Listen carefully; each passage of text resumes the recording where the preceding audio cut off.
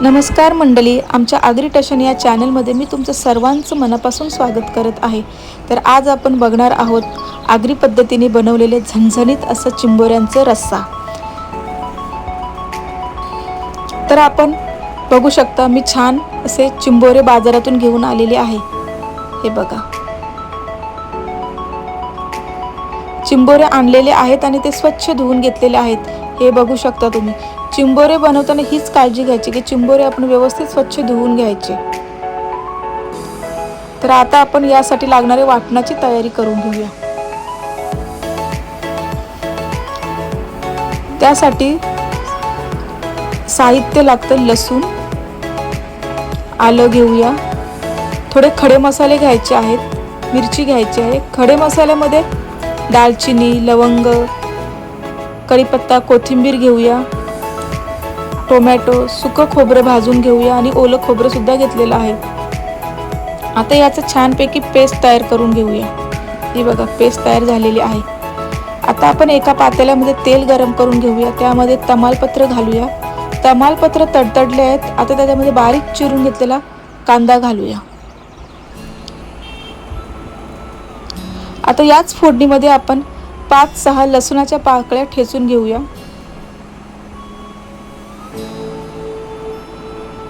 आणि त्या या फोडणीमध्ये घालूया। फोडणीमध्ये असं लसूण घातल्यावर रश्श्याला मस्त चव येते। आता हे छान कांदा लसूण तेलामध्ये परतून घेऊया। हे बघा, असं परतून घ्यायचं। थोडी कोथिंबीर घालूया आणि ती पण यांच्यासोबत परतून घेऊया। हे बघा, गुलाबी रंगावर परतून झालेला आहे आपला कांदा। आता आपण यामध्ये हिंग,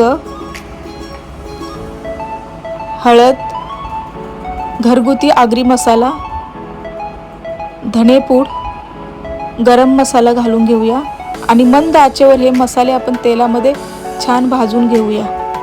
मसाले नीट भाजून झालेले आहेत।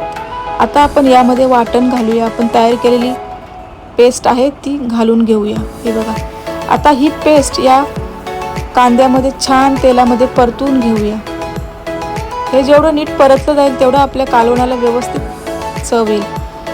आता आपण यामध्ये थोडं मीठ घालून घेऊया चवीनुसार।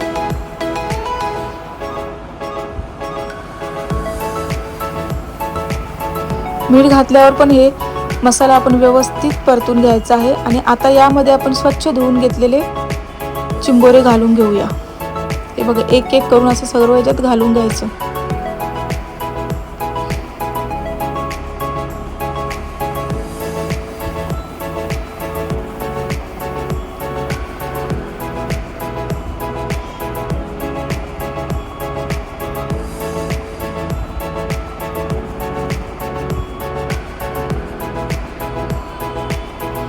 आता हा मसाला चिंबोऱ्यांना व्यवस्थित परतून घेऊया आणि मसाला सर्व चिंबोऱ्यांना नीट लागेल याची काळजी घेऊया। हे बघा, असं परतून घ्यायचं व्यवस्थित।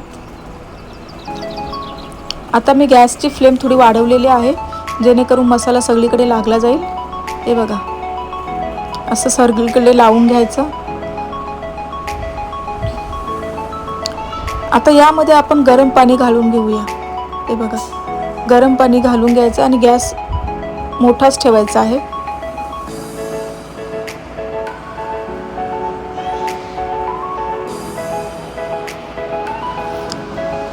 रश्श्याला चांगलं उकळ आलेले आहे।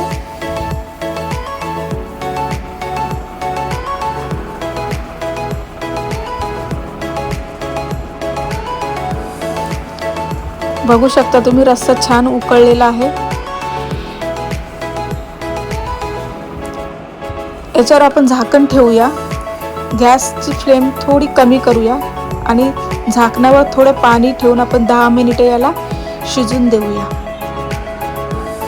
हे बघा, आता आपण जे चिंबोऱ्या आहेत त्याच्या नांग्या घ्यायच्या आहेत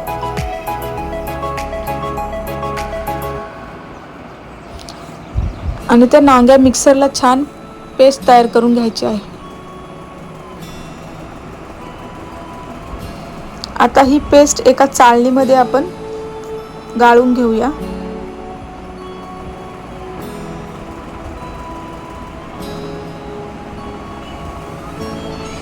हे बघा, असं हे एक भांडं खाली ठेवायचं आणि वरून हे चाळून घ्यायचं. हे बघा,